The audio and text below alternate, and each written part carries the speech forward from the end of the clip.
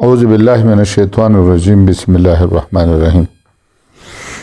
گل نایاب YouTube channel کی طرف سے روح الامین نایاب آپ کے سامنے مخاطب ہے۔ آپ سب کو آداب اور احترام۔ میں آج یہ شروع کرتا ہوں کہ کیا خدا ہے؟ کیا روز محشر ہے؟ کیا قبر کا عذاب ہے؟ کیا جزا اور سزا کا تصور ہے؟ ہم اس پر یقین رکھتے ہیں؟ کیا ہم یہ مانتے ہیں کہ ذرہ بر نیکی کا بھی اجر ملے گا اور ذرہ بر برائی کا بھی اجر ملے گا؟ کیا ہم یہ مانتے ہیں کہ اللہ تعالیٰ سب کچھ علم رکھتا ہے، دلوں کا حال جانتا ہے اور وہ ہمیں دیکھ رہا ہے؟ اگر ہم نہ دیکھیں تو وہ ہمیں دیکھ رہا ہے۔ یہ جس مذہب کو ہم مانتے ہیں نا، اس کے یہ بنیادی سوالات ہیں نا۔ تو کیا یہ چیزیں ہیں آپ لوگ مانتے ہیں؟ میں مانتا ہوں۔ اگر مانتے ہیں تو کیا صرف ماننے سے کام چلے گا؟ ہمیں اس پر بخشا جائے گا؟ اگر یہ چیزیں ہیں تو سوال وہ یہ پیدا ہوتا ہے کہ اندرتنگی کلکٹے کا منگلور کا منگور کا گجر اس دودھ میں ملاوٹ کیوں کرتا ہے؟ اس میں صابن اور پانی کیوں ملاتا ہے؟ ہاں، منگورا کا دکاندار وہ کیوں فراڈ اور دھوکے کرتے اور ہم پر غلط چیز بیچتا ہے؟ قسم قرآن کا کر، سیب کا، ٹماٹر کا، املوک کا، اس کا جب ہم کاٹن بناتے ہیں تو نیچے گن اور اوپر چند دانے کیوں رکھتے ہیں؟ کیوں؟ ہم حکومت کے یا پراپرٹی کی چیزوں کو کیوں تباہ و برباد کرتے ہیں؟ ہم آئین اور قانون اور اسلامی اصول اور اخلاق کے اقدار کا پھر کیوں مذاق اڑاتے ہیں؟ ہم بڑوں کی عزت کیوں نہیں کرتے؟ چھوٹوں پر شفقت کیوں کرتے ہیں؟ ہم میں برداشت کے مقابلے میں غصہ کیوں زیادہ ہے؟ معمولی باتوں پر ہم پستول اور چاقو نکال کر دوسرے اپنے طرح اپنے آس پاس کے پڑوس کے آنتڑیاں کیوں نکالتے ہیں؟ قتل شرک کے بعد سب سے بڑا گناہ ہے۔ کتنے روز کے مقاتلے ہوتے ہیں؟ ہم چھوٹے چھوٹے نابالغ بچوں کے عزتوں کے ساتھ کیوں کلتے ہیں اور پھر ان کو بری طرح مار کر ان کے چہرے مسخ کر کے کیوں پھینکتے ہیں؟ ہم دن داڑے اور رات کو گھروں میں چنانگ لگا کے چار دیواری کے تحفظ کو تار کر کے چوریاں کیوں کرتے ہیں؟ ہم دوسروں کے حقوق کیوں غصب کرتے ہیں؟ ہم جب کسی سے مال لیتے ہیں تو بہانوں سے ان کے پیمنٹ، ان کا حق کیوں نہیں دیتے دکاندار کا؟ ہم اس پر کیوں اعتماد نہیں کرتے اور یقین نہیں کرتے کہ حقوق اللہ تو بخشے جا سکتے ہیں لیکن حقوق العباد نہیں بخشے جا سکتے؟ ہم حرام کا پیسہ کیوں اکٹھا کرتے ہیں؟ ہم میز کے نیچے سے کیوں رشوت لیتے ہیں اور رشوت دیتے ہیں، جبکہ یہ خوب معلوم ہے کہ اگر آپ کے پیٹ میں ایک دانہ بھی حرام کا ہو تو آپ کی کوئی عبادت قبول نہیں ہوگی۔ بڑے چیزیں، بڑے لاکھوں کروڑوں تو کیا ہے، ہم 100 روپے پر، 200 روپے پر، 20-25 روپے پر اپنا ایمان اور ضمیر کیوں بیچ دیتے ہیں؟ کہ اگر اللہ رزاق ہے اور اس پر ہمیں عقیدہ ہے تو پھر ہمیں اس پر یقین کیوں نہیں ہے کہ وہ ہمیں رزق دے گا؟ نمازیں پڑھتے ہیں، داڑیاں رکھی ہوئی ہیں، تسبیح ساز ہیں، چیلے لگائے ہوئے ہیں، حج پہ جاتے ہیں، اور روزانہ 5 وقت وَإِيَّاكَ نَعْبُدُ وَإِيَّاكَ نَسْتَعِينُ، تیرے لیے عبادت کرتا ہوں، تجھ سے مدد مانگتا ہوں. اور پھر یہی سر ایک معمولی تھانہ دار کے آگے جھک جاتا ہے معمولی فائدے کے لیے، خان اور ملک کے آگے جھک جاتا ہے، شیطان کے آگے جھک جاتا ہے. تو بھائی میں تو جب دیکھ رہا ہوں تو اس کا تو مطلب یہ ہے کہ ہم چیزیں نہیں مانتے یہ خدا اور رسول، ورنہ ہم یہ چیزیں تھوڑا سا سوچ کر ہم تو نہ کرتے نا. اگر ہم دوزخ پر یقین کرتے، جنت پر ہمیں یقین ہوتا کہ بھائی اس دنیا میں اگر میں صبر کروں گا اپنے بھائی کے لیے تو اس کے بدلے اس دنیا میں مجھے جنت ملے گا، لیکن ہمیں اس پر یقین نہیں، میں تو صبر نہیں کرتا، میں تو ایک انچ زمین بھی نہیں چھوڑتا ہوں اپنے بھائی کے لیے کہ اس کے بدلے مجھے جنت کے محلے ملیں گی.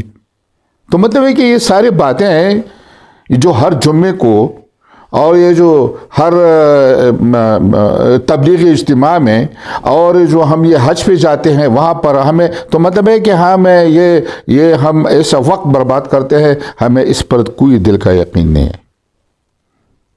اگر ہمیں اس پر یقین ہوتا تو حکومت کو کوئی ضرورت نہیں ہے، یہ معاشرہ ٹھیک ٹھاک چلتا. ایک آدمی جب دوسروں کا حق مارتا ہے اور جھوٹ اور فریب دھوکہ دہی سے وہ لوگوں کے ساتھ کھیلتا ہے تو اس کو پتہ نہیں ہے کہ اللہ دیکھ رہا ہے، تو مطلب ہے کہ وہ اللہ کو نہیں مانتا. اس لیے وہ یہ نہیں مانتا کہ اللہ دلوں کا بادشاہ ہے اور دلوں کو سب چیزیں مانتا ہے.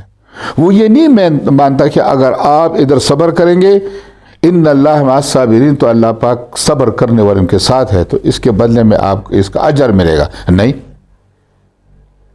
وہ تو جب موقع آتا ہے پھر میں مسلمان نہیں ہوتا، پھر میں پٹھان بن جاتا ہوں، پھر تو میں ان کا جواب پتھر سے دوں گا، پھر تو میری خانی اور میرے پختونولی میں فرق آ جاتا ہے، اس کی عزت خطرے میں ہے، میں اس کا سوچتا ہوں.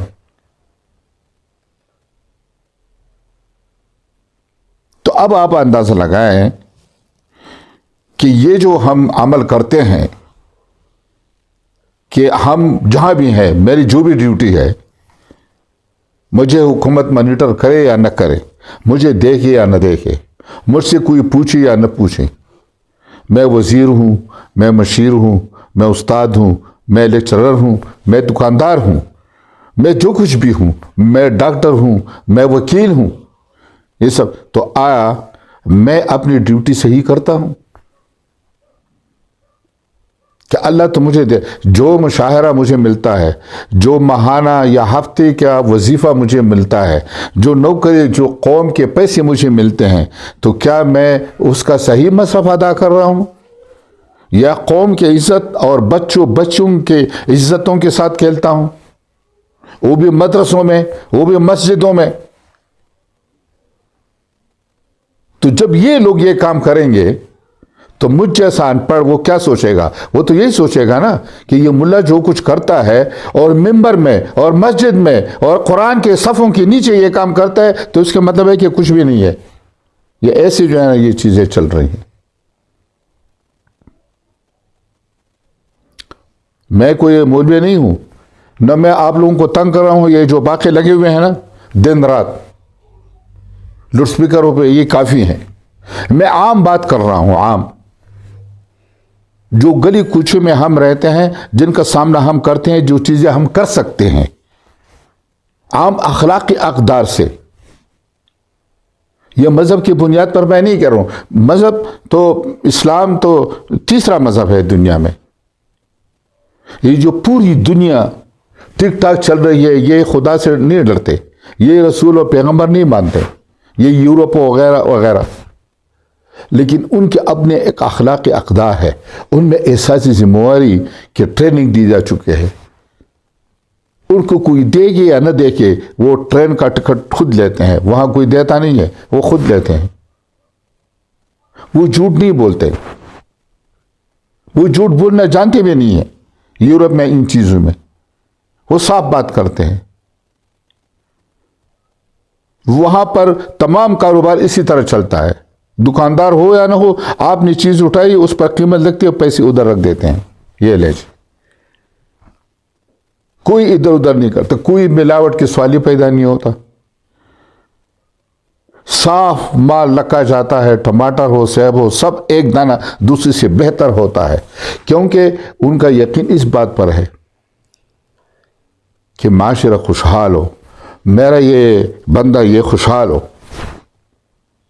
اس دن میں ایک ڈائجسٹ میں ایک چھوٹی سی کہانی پڑھ رہا تھا کہ ایک آدمی پرانے زمانے میں ایک آدمی یہاں سے گیا تھا انگلینڈ ملازمت کے لیے، تو خیر وہ ایک انگریز کے ساتھ بھرتی ہو گیا، وہ اس کو ماہانہ پیسے دیتا تھا، تو وہ سادہ آدمی تھا دیہات، تو اس نے کہا کہ مجھے مت دیں، یہ اپنے ساتھ جمع رکھ کے مجھ سے لگ جائیں گے، میں تو آپ کے ساتھ کھاتا پیتا ہوں، زیادہ نہیں ہوں، تو بس ٹھیک ہے۔ خیر 2-3 سال جب ہو گئے، اس کے پیسے جمع ہو گئے، تو اس نے کہا کہ بھائی میں اب جا رہا ہوں، تو جب جانے لگا تو اس نے جب انگریز کو کہا کہ میرے پیسے، تو انگریز کا ایمان ڈگمگانے لگا، وہ پیسے نہیں دے رہا تھا۔ اب یہ جناب منت زاری کر رہا ہے، کبھی کیا کر رہا ہے، کبھی کیا کر رہا ہے، اس دوران میں 6-7 مہینے گزرے، تو ایک دفعہ کسی نے کہا کہ یار اس محلے کا جو پادری ہے نا، پادری ملا، اس کے پاس جاؤ، تو وہ اس کے پاس چلا گیا، اس نے بیٹھایا، اس نے کہا کیا بات ہے، کہتے یہ فلانا انگریز ہے، اس کے ساتھ میں نے 3 سال مزدوری کی ہے، ابھی گھر جا رہا ہوں تو مجھے یہ پیسے نہیں دے رہا۔ تو اس نے کہا بھائی میں کیا کروں، میں تو حیران ہوں۔ اس نے کہا بس کچھ کیجئے۔ خیر وہ سوچ رہا تھا تو وہ اندر گیا، اس ایک لفافہ لے آیا اور اس کو دے دیا اس آدمی کو کہ بھائی میں تو اور کچھ نہیں کر سکتا ہوں، یہ آخری کوشش ہے، تو آپ اس کو یہ لفافہ دے دیں، اس میں اندر میں نے ایک خط لکھا ہوا ہے، تو اگر دے دیا تو ٹھیک ہے، کہ نہیں دیا تو پھر اپنا بندوبست کرو، پولیس کو بولو، پھر میں کچھ نہیں کر سکتا۔ اس نے کہا ٹھیک ہے۔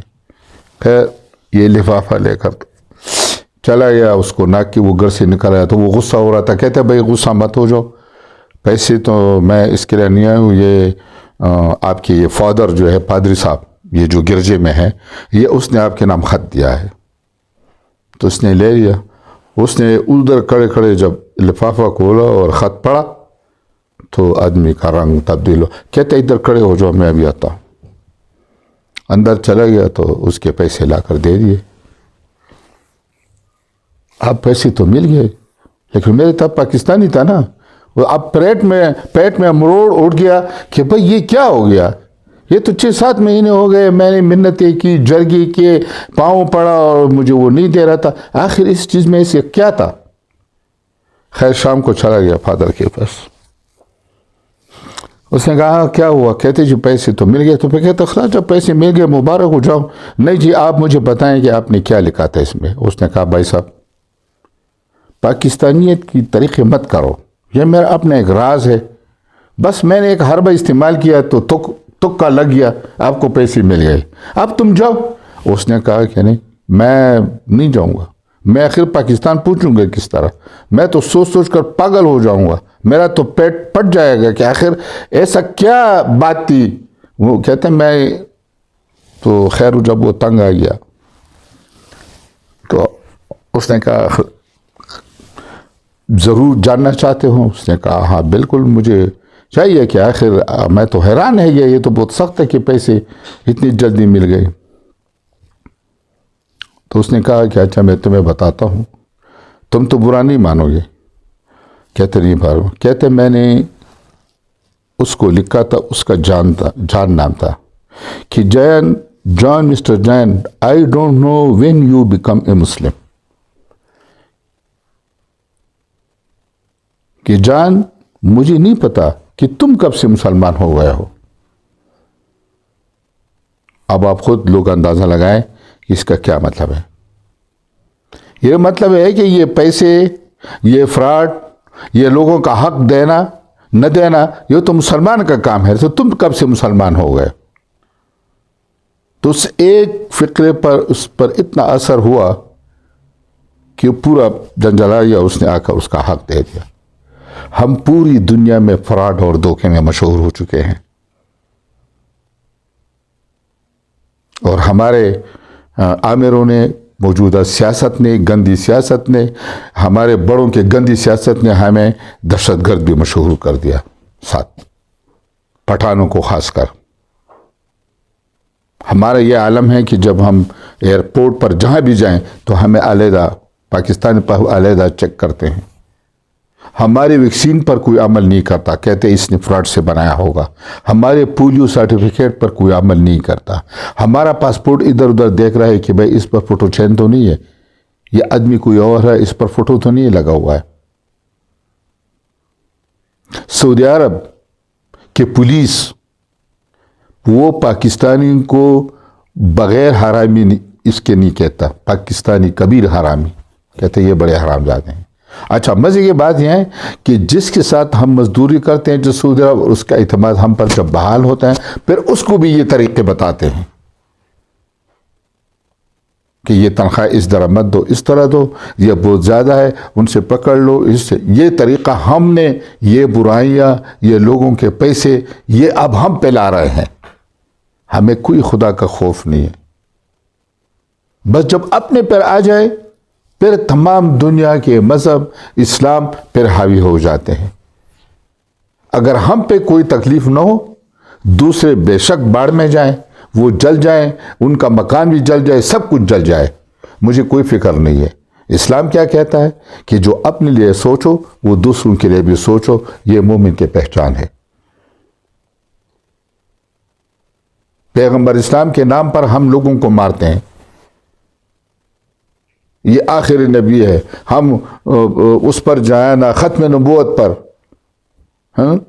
گورنر کو قتل کر دیا، فلانے کو قتل کر دیا، یہ قتل ہوا۔ پیغمبر اسلام یہ نہیں چاہتا کہ میرے لیے کسی کو قتل کرو۔ پیغمبر اسلام یہ چاہتا ہے کہ جو میں نے تم لوگوں کو اپنی زندگی مثالی پیش کی ہے، جو سیرت حدیث ہے، ان کو پکڑو تاکہ آپ ان پر عمل کرو۔ اس پر تو ہمیں کوئی عمل نہیں کرتے۔ روزانہ اس معاشرے میں کیا ہو رہا ہے؟ تو میرے آج کے باتوں سے آپ لوگوں کو یہ اپیل ہے، اخلاقیات، اس 75 سالوں میں ہمارا اخلاق بگڑ چکا ہے۔ ایک کرپٹ معاشرہ ہم اڈاپٹ کر چکے ہیں، بڑے بوڑھے سب۔ ہمارے لیڈر صاحبان جب آئین کی پاسداری نہیں کریں گے، ان کو پاؤں تلے رو دیں گے، تو میں تو ضرور ریڈ اشارہ کراس کروں گا نا، پھر مجھے پھر کون روک سکتا ہے؟ ان کے باتیں کیسی؟ پوری جاپان میں جب تعلیم شروع ہوتے تو پہلے 4-5 سال وہ بچے کو اخلاق، تمیز، بڑوں کا یہ سکھاتے ہیں۔ اسلام نے سب سے زیادہ اخلاق پر زور دیا ہوا ہے۔ پیغمبر اسلام کو اللہ تعالیٰ نے تنبیہ کی تھی کہ اسراف مت کرو، زیادتی مت کرو، عبادت میں حرص مت کرو، یہ تمہارا کام ہے ہدایت، تمہارا کام ہے تبلیغ کرنا، ہدایت میں دوں گا۔ لیکن جب اخلاق کی بات آ گئی، اس کو کہا گیا اس کو جتنا بھی بڑھا سکتے ہو، اونچا لے جا سکتے ہو، لے جاؤ اس کو، اخلاق کو۔ پیغمبر اسلام پیغمبری سے پہلے بھی اخلاق کا ایک بہترین نمونہ تھے۔ اس کے اخلاق سے لوگ متاثر تھے، جو بات وہ کرتے تھے سب اس پر عمل کرتے تھے۔ اس پیغمبر کے ہم نالوا ہیں، اس پیغمبر کو ہم مانتے ہیں، اس پیغمبر کے نام پر ہم لوگوں کو قتل کرتے ہیں، مقاتلہ کرتے ہیں، عورتوں کو مارتے ہیں، جیلوں میں ڈالتے ہیں کہ اس نے پیغمبر کی توہین کی ہے۔ لیکن اس پر عمل کرنے میں ہمارا ٹک بھی ایمان نہیں ہے کہ ہم اسی چیز پر اس کو ذہن میں لائیں کہ اس کے کیا اسوہ حسنہ تھا، اس کے طریقے زندگی کیا تھا، پڑوس کے ساتھ، یار دوستوں کے ساتھ اس کے کیا طریقہ کار تھا۔ اس پر ہم ایک ذرہ بھی، 1% بھی عمل نہیں کرتے۔ ہمارے چھوٹے ہمارے سامنے بڑوں کو بھی عزت کرتے ہیں، ہم ان کو شاباش دیتے ہیں۔ تو جب آپ ان کو شاباش دیتے ہیں، یہ آپ کی تربیت ہے کہ دوستو، تو وہ کل پھر آپ کے سامنے کھڑا ہوگا۔ جب آپ گھر میں غلطی کرتے ہیں اور اپنے بچوں کو معافی نہیں مانتے، آئی ایم سوری اس کو نہیں کہ ہاں بیٹا مجھ سے یہ غلطی ہوئی ہے، تو وہ کیسے سیکھے گا کہ جب کوئی غلطی کرے گا تو وہ آئی ساری مانگنی چاہیے، پھر کل آپ اس سے یہ کیسے توقع کرتے ہیں کہ وہ آپ سے معافی مانگے؟ آپ نے اس کو یہ سکھایا نہیں ہے، آپ نے اس کو یہ تربیت نہیں دی ہے۔ پہلے تو تم معافی مانگو نا اس سے، کوئی غلطی ہوئی ہے بیٹا، ہاں بھائی آج مجھ سے یہ غلطی ہوئی ہے، مجھے معاف کرے، تو وہ سیکھ جائے گا کہ اچھا غلطی جب ہوتی ہے تو لوگ معافی مانگتے ہیں۔ یہ اولاد کی تربیت، ہر بچہ کسی نہ کسی کی اولاد ہوتا ہے، اس سے معاشرہ جنم لیتا ہے۔ ایک ایک آدمی جب گھروں میں اس میں پل کر جوان ہوتے ہیں تو یہ معاشرہ اڈاپٹ ہوتا ہے۔ تو سوال پیدا ہوتا ہے کہ یہ معاشرہ آج اتنا تلخ کیوں ہے، اتنا نفرت انگیز کیوں ہے؟ اس میں محبت برداشت انسانوں کے ایک دوسرے اس میں کیوں ہے؟ ہم ایک دوسرے کے خون کے پیاسے کیوں ہو گئے ہیں؟ ایک دوسرے کو کیوں قتل کر رہے ہیں؟ ایک دوسرے کے ساتھ فراڈ دھوکے تھوڑے سے ٹائم کے لیے کیوں کر رہے ہیں؟ یہ کس چیز کی پیداوار ہے؟ اس لیے کہ ہمارے گھروں میں وہ تربیت نہیں ہے۔ یہ ہمارا بیٹا جو آگے باہر جائے گا وہ اس معاشرے کا ایک فرد ہوگا۔ میں اس کے سامنے جھوٹ بول رہا ہوں، میں اس کے سامنے اپنی استادی اور دکانداری غلط کر رہا ہوں، اس کو بھی یہ کہہ رہا ہوں کہ یہ کرو، تو اس کا اثر کیا ہو جاتا ہے کہ پورا معاشرہ تباہ ہو جاتا ہے اور تباہی کے دانے پر پہنچ جاتا ہے۔ آج ہماری وہی حالت ہے۔ تو میں مولوی نہیں ہوں، مجھ میں بھی بہت غلطیاں ہوں گی، لیکن پلیز برائے مہربانی اپنے لیے، اپنے جوانوں کے لیے، اپنے اولاد کے لیے، اپنے اس سرزمین مٹی کے لیے، اپنے گاؤں کے لیے، اپنے علاقے کے لیے، اپنے محلے اور چم گاون کے لیے پلیز جتنا آپ لوگوں سے نرم پالیسی ہو سکتی ہے، سلام دعا ہو سکتی ہے، نفرتوں کو ختم کریں۔ بہت تھوڑے عمر ہے، ہمارے سامنے سینکڑوں لوگ روزانہ مرتے ہیں، پتہ بھی نہیں چلتا۔ یہ حالت ہے، سب کچھ پھر انسان کے ساتھ ختم ہو جاتا ہے۔ لہٰذا محبتوں کے پھول اگائیے، مسکرائیے، چھوٹے چھوٹے باتوں اور معمولی اس کے لیے کسی کو مارنا، لتاڑنا اور برا بھلا کہنا یہ نہ کیجئے۔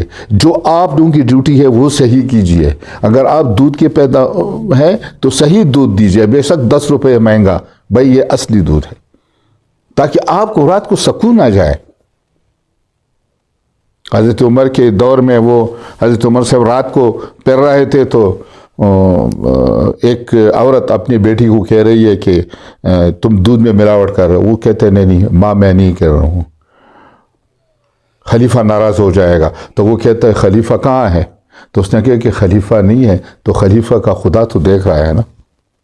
حضرت عمر نے یہ الفاظ سنے، اس نے کچھ نہیں کیا، اس نے مکان پر نشان لگا دیا اور چلا گیا۔ اس نے اس کا رشتہ لیا۔ وہ عورت پھر بعد میں کون بنی؟ اس کو عزت کس طرح ملی؟ وہ دنیا میں واحد خاتون تھی جس کا بیٹا بھی خلیفہ تھا، جس کا شوہر بھی خلیفہ تھا، اور جس کا باپ بھی خلیفہ تھا۔ تو بات یہ ہے کہ یہ چیزیں بڑا ہو یا چھوٹا ہو یا خلیفہ ہو یا جو بھی ہو، تم دوسروں پر اعتراضات مت کرو، سب سے پہلے اپنے سے شروع کرو کہ تمہاری کیا ڈیوٹی ہے بحیثیت مسلمان اور پاکستانی شہری۔ کیا تم اپنی ڈیوٹی صحیح کر رہے ہو؟ کیا تم دوسرے مسلمان کے غصے کو پی سکتے ہو، برداشت کر سکتے ہو؟ یا ان کا جواب پتر سے یہ بہادری نہیں ہے۔ بہادری یہ ہے کہ غصے کو پی جاؤ، بہادری یہ ہے کہ معافی مانگو، بہادری یہ ہے کہ عفو کرو، درگزر کرو۔ خدا اس پر خوش ہوتا ہے اور اس کا اجر آپ کو ملا ہے۔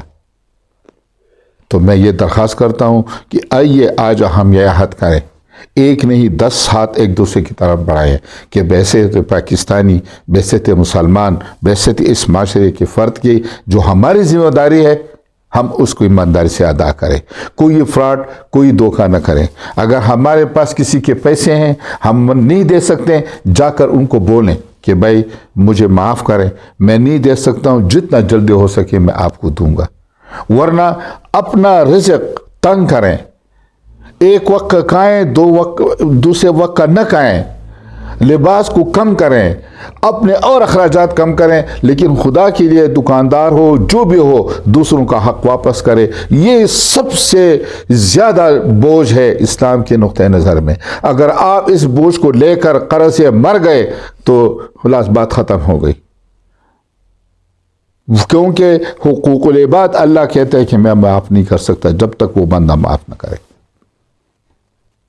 اگر کسی کے ساتھ انبن ہو گئی جا کر ان سے گلے ملے، موت کا کوئی دن مقرر نہیں ہے۔ اپنے اولاد کی صحیح تربیت کریں، ان کو وقت دیں، ان کے ساتھ بیٹھیں، ان کے ساتھ بات چیت کریں، ان کے مسائل سنیں، ان کے دل میں باتیں ہوں گی۔ ایسا نہ ہو کہ ایسا وقت آ جائے اچانک حادثہ ہو گیا وہ کسی کو قتل کرے، یا خود اس کا خون بھرا بدن آپ کے صحن میں آ جائے اور چارپائی سے خون، اور آپ کی بیوی اور آپ کے بچے پھر اپنے سر دونوں ہاتھوں سے پیٹیں۔ سوال پیدا ہو کہ وہاں تک حالات کیسے پہنچے؟ یہ آپ کی کمزوری ہے کہ آپ ان سے بے خبر ہیں کہ وہ رات کو کہاں جاتا ہے، کس کے ساتھ بیٹھتا ہے۔ یہ آپ لوگوں کا فرض بنتا ہے۔ تو ان چیزوں پر سوچیں، اپنے کم سے کم پیسوں پر گزارا کریں، کم سے کم اپنے معاملات کم کریں، تو آپ سہل زندگی سادہ جئیں، سادہ کھائیں، سادہ پہنیں، کوئی ضرورت نہیں ہے۔ باقی جتنا آپ یہ چیزیں بڑھائیں گے اتنی آپ کی زندگی تلخ اور تنگ ہوگی۔ تو میرے یہ آج آپ سے درخواست ہے کہ سیاست یہ چیزیں تو ہوتی رہیں گی، لیکن اپنے آپ کو جواب دہ کرنے کے لیے چاہیے کہ ہم اپنے معاملات ٹھیک کریں تاکہ ہم سرخرو ہوں اور ہم رات کو سکون سے سو سکیں۔ اگر کوئی آج کی باتوں میں تلخی ہو گئی ہو اس کے لیے میں معذرت خواہ ہوں۔ آپ لوگوں کا بہت بہت شکریہ، بہت مہربانی۔